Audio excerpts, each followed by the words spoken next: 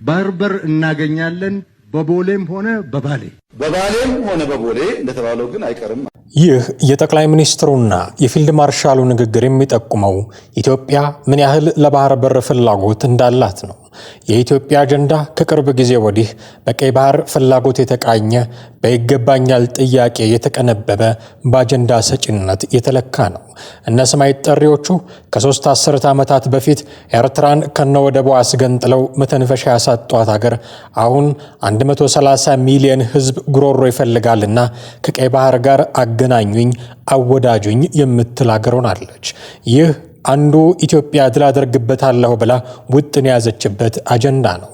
ሌላም ግን አለ፣ በስኬት የተጠናቀቀ አጀንዳ፣ የህዳሴው ግድብ በጠቅላይ ሚኒስትር መለስ ዜናዊ ተጀምሮ በኃይለማርያም ደሳለኝ ተሳልጦ በአብይ አህመድ ዘመን ለፍጻሜ የበቃ የትውልድ ቅብብሎች ማሳያ። እነዚህ ሁለቱ ጉዳዮች በቀጥታም ይሁን በተዘዋዋሪ አፋቸውን በአረብኛ ቋንቋ ለፈቱ ሁለት ሀገራት እንደ መርዶ የሚቆጠሩ ናቸው ለግብፅና ለሱዳን። ግብፅና ሱዳን በራሳቸው ቋንቋ በአረብኛ ከጠቅላይ ሚኒስትር አብይ አህመድ ግልጽ መልእክት ተልኮላቸዋል።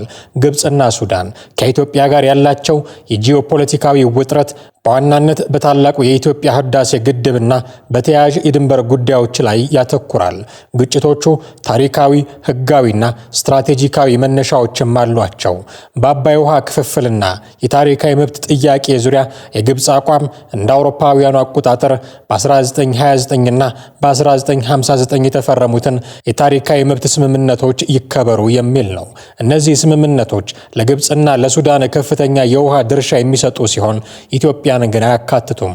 ግብፅ የውሃ ድርሻዬ የህልውና ጉዳይ ነው ስትል ትከራከራለች። ኢትዮጵያ እነዚህን የቅኝ ግዛት ዘመን ስምምነቶች አትቀበልም። ፍትሐዊና ምክንያታዊ የውሃ አጠቃቀም መርህ መከተል እንዳለባትና የላይኛው ተፋሰስ ሀገራትም የመጠቀም መብት እንዳላቸው ትሞግታለች። ከፍተኛ ድርቅ በሚከሰትበት ጊዜ ኢትዮጵያ ምን ያህል ውሃ መልቀቅ አለባት በሚለው ላይ ግብፅና ሱዳን ስጋት አላቸው። በዚህም የተነሳ ግብፅና ሱዳን ወደፊት የሚፈጠሩ አለመግባባቶችን ለመፍታት ህጋዊ አስገዳጅነት ያለው ስምምነት እንዲፈረም ይፈልጋሉ። ኢትዮጵያ ግን ይህ ስምምነት የልማት መብቷን ሊገድብ ስለሚችል ፈጽሞ አትቀበለውም። ይልቅስ በመመሪያዎችና በጋራ ተጠቃሚነት ላይ ማተኮርን ትመርጣለች።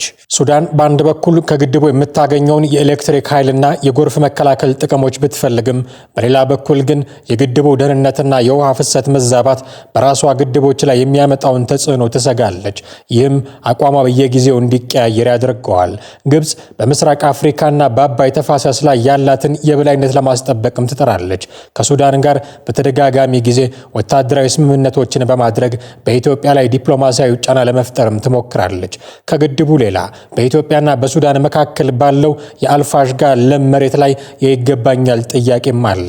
በቅርብ ዓመታት ውስጥ የሱዳን ጦር አካባቢውን መቆጣጠሩ በሁለቱ ሀገራት መካከል ወታደራዊ ፍጥጫ እንዲፈጠር አድርጓል።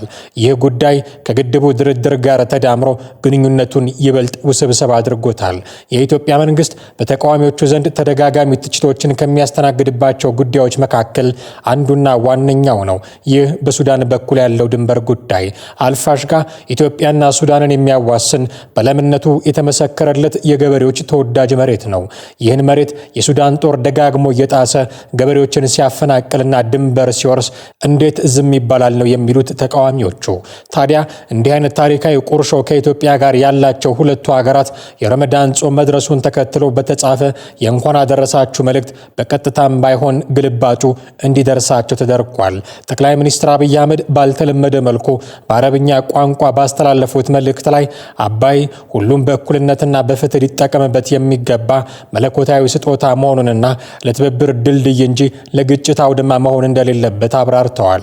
ኢትዮጵያ የሌሎችን ድንበር የመጋፋት ፍላጎት እንደሌላት፣ የጎረቤቶቿ የደህንነት ስጋት እንዳልሆነችና የማንንም የውሃ ድርሻ ለመቀነስ አቅዳ እንደማትሰራም አረጋግጠዋል።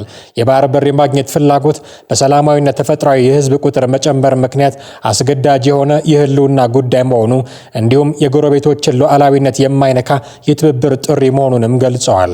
የሰላም ንግግር የጦርነት ነጋሪትን የሚተካበት ጊዜ አሁን ነው ያሉት ጠቅላይ ሚኒስትሩ ሀብታችን ከመሳሪያ ማምረት ወደ ልማት፣ ሰውን ከመግደል ወደ ማከምና ማስተማር እንዲቀየርም ጥሪ አቅርበዋል። ታላቁ የኢትዮጵያ ህዳሴ ግድብ ቁሳዊ ግንባታ ብቻ ሳይሆን በመቻቻል መንፈስና በጋራ መኖር መርሆች ላይ የተመሰረተ የሞራልና የሰብአዊ እሴት ህዳሴ እንደሆነ በመልእክታቸው ላይ አስምረውበታል። ይህ የጠቅላይ ሚኒስትሩን መልእክት ያላስተርጓሚ ማንበብ የሚችሉት እነ ፕሬዝዳንት አልሲሲ በምላሹ ምን ይሉ ይሆን የሚለው ጉዳይም እየተጠበቀ ነው። መሐመድ ቢን ዛይድ ባጋጠማቸው ህመም ምክንያት ኤርዶሃን ወደ ተባበሩት አረብ ኤሚሬትስ ሊያደርጉት የነበረውን ጉብኝት አራዘሙ። የቱርኩ ፕሬዝዳንት ረሲብ ጣይብ ኤርዶሃን ወደ ተባበሩት አረብ ኤሚሬትስ ሊያደርጉት የነበረው ጉብኝት ተራዝሟል። ፕሬዝዳንቱ ጉብኝቱን ያራዘሙት ከተባበሩት አረብ ኤሚሬትስ ፕሬዝዳንት ሼክ መሐመድ ቢን ዛይድ አልናሂን ጋር በስልክ ከተነጋገሩ በኋላ ነው። ኤርዶሃን በስልክ ንግግራቸው ፕሬዝዳንት መሐመድ ቢን ዛይድ በገጠማቸው የጤና እክል ምክንያት አምላክ ፈጣን ምህረት ያድልዎ በማለት መልካም ምኞታቸውን ገልጸውላቸዋል። በውይይታቸው ወቅት ቱርክ ከተባበሩት አረብ ኤሚሬትስ ጋር ላላት ግንኙነትና ለሀገሪቱ መሪዎች ደህንነት የምትሰጠውን ትልቅ ቦታ በድጋሚ አረጋግጠዋል። ኤርዶሃን ቢን ዛይድ በመታመማቸው ምክንያት በዛሬው ዕለት ወደ አቡዳቢ ሊያደርጉት የነበረውን ጉብኝት ለማራዘም ወስነዋል። የቱርክ ባለስልጣናት እንደገለጹት ከሆነ የቢን ዛይድ ጤንነት ሲሻሻል ጉብኝቱ ለሁለቱም ወገኖች አመቺ በሆነ በሌላ ጊዜ ይካሄዳል። ይህ የጉዞ መራዘም የተሰማው ኤርዶሃን ሰፋ ያለ ዲፕሎማሲያዊ ጉብኝት ለማድረግ ወደ ኢትዮጵያም ይጓዛሉ ተብሎ በሚጠበቅበት ወቅት ነው። የቱርክ ኮሚኒኬሽን ቢሮ እንደገለጸው ኤርዶሃን በጠቅላይ ሚኒስትር አብይ አህመድ ግብዣ ወደ አዲስ አበባ ለመምጣት ፕሮግራም ይዘዋል። በጉብኝታቸው ወቅት ድርድራቸው ተጠናቆ ዝግጁ የሆኑ በርካታ ስምምነቶችና ሰነዶች ይፈረማሉ ተብሎ እንደሚጠበቅ የኮሚኒኬሽን ቢሮ መረጃ ያመለክታል።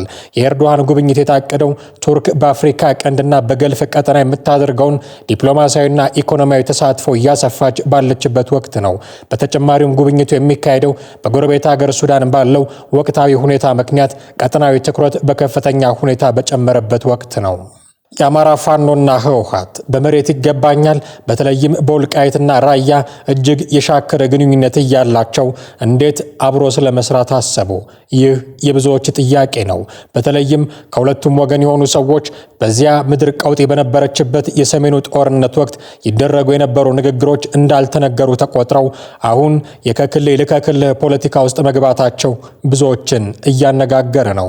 ያኔ ከአማራ ወገን ሆኖ ስለ ትግራይ ክልል ይናገር የነበረው ፕሮፌሰር ትንግርቱ እንዲህ ነበረ በስሜትና በቁጣ ተሞልቶ መልእክት ያስተላልፍ የነበረው። አፑለት ደግሞ ከዚያኛው ወገን እነ አቶ ጌታቸው ረዳ። በእርግጥ አቶ ጌታቸው አሁን ከመንግስት ጉያ የማይጠፋ አማካሪ ሆኗል። ያኔ አልፎ አልፎ እርስ በርሱ የሚጋጭውን እንጂ ኢትዮጵያን የሚያፈራርሳት የአማራው ልሂቅ ነው፣ ከነርሱ ጋር ሂሳብ እናወራርዳለን የሚሉ ዲስኩሮችን ያሰሙ ነበረ። አፕ3 አሁን ይህ ዘይትና ውሃ የሆነ ሳቤ ግን በጋራ ግንባር ተሰልፎ ጦሩን ወደ 4 ኪሎ የደገነ ቡድን ወጥቶታል። ህወሓትና ፋኖ አብሮ መስራትን እንችላለን ብለው ነገራቸውንም ጀማምረውታል።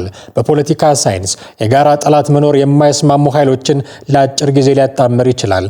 ይህ ታክቲካዊ ጥምረት ነው። ሁለቱም ኃይሎች አሁን ያለውን የፌዴራል መንግስት እንደ ህልውና ጠላት ካዩት መሬቱን ለጊዜው አቆይተን ስርዓቱን እንቀይር በሚልም ስምምነት ሊጀምሩ ይችላሉ። ወልቃይትንና ራያን ለነገ ጠባቸው አቆይተው በወቅታዊ ጉዳያቸው ብቻ ተስማምተው አንድ ግንባር ላይ ይሰለፋሉ እንደማለት። ህወሓት ከበባውን ለመስበር፣ ፋኖ ደግሞ አቅም ማጎልበቻ ሎጂስቲክስና መተንፈሻ ለማግኘት ሲሉ ለጊዜው አንዳቸው ሌላኛቸው ላይ የጦር መሳሪያ ለመተኮስ ሊፈራረሙም ይችላሉ። በሁለተኛው የዓለም ጦርነት ወቅት ካፒታሊስቷ አሜሪካና ኮሚኒስቷ ሶቪየት ህብረት ሂትለርን ለመጣል አብረው ሰርተዋል። ሆኖም ሂትለር እንደወደቀ ወዲያውኑ ወደ ቀዝቃዛው ጦርነት ተመልሰው ገብተዋል። ፋኖና ህወሓትም ለጊዜው አንድ ይምሰሉ እንጂ እያደረ የሚፋጅ እሳት በጉያቸው ታቅፈው የሚዞሩ እንደሆነ ነው ተንታኞች የሚናገሩት። የዚህ አይነት ጥምረት እድሜው እጅግ አጭርና እስከ የጋራ ጠላት መዳከም ድረስ ብቻ የሚቆይ እንደሆነ በፖለቲከኞች ትንታኔ ይደመጣል። በመካከላቸው ያለው ጥርጣሬ ከፍተኛ በመሆኑ መረጃና የጦር ስልት አይጋሩም። ጎን ለጎን እየተዋጉም ቢሆን እርስ በርስ ይጠባበቃሉ። ጥምረቱ የሚፈርሰው ድል ከተገኘ በኋላ መሬቱን ማን ያስተዳድረው የሚለው ጥያቄ ጠረጴዛ ላይ ሲቀመጥ ሊሆንም ይችላል። ፋኖ ወልቃይትን ጠቅሶ ታሪካዊ ባለቤትነት ይከበር ይላል። ህወሓት ደግሞ በህገ መንግስቱ መሰረት ወደ ትግራይ ይመለስ ይላል። እናም ጥምረቱ እዚህ ጋር ያበቃል። ጥምረቱ ተሳክቶ የጋራ ጠላታቸውን ቢያሸንፉ እንኳ መጨረሻቸው ሊሆን የሚችለው የዜሮ ድምር ፖለቲካ እንደሆነም የሚገምቱ አሉ። አንዱ ማሸነፍ የሚችለው ሌላው ሲሸነፍ ብቻ ስለሆነ ምናልባትም ደግሞ ህወሓት ያለው ድርጅታዊ መዋቅርና ፋኖ ያለው የህዝብ መሰረት እርስ በርስ ሊጋጩም ይችላሉ። ውጤቱ አንዱ ሌላውን ደምስሶ የበላይነቱን ለመጫን የሚያደርገው ደም አፋሳሽ ትግልም የሚያሰጋ ይሆናል። ለመሆኑ እነዚህ ሁለት ቡድኖች በእርግጥስ የተሳካ ጥምረት ያደርጉ ይሆን? የብዙዎችን ትኩረት የሳበ ሰሞነኛ ጉዳይ ቢሆንም መልሱን የሚነግረን ግን የሁሉ ዳኛ ጊዜ ነው።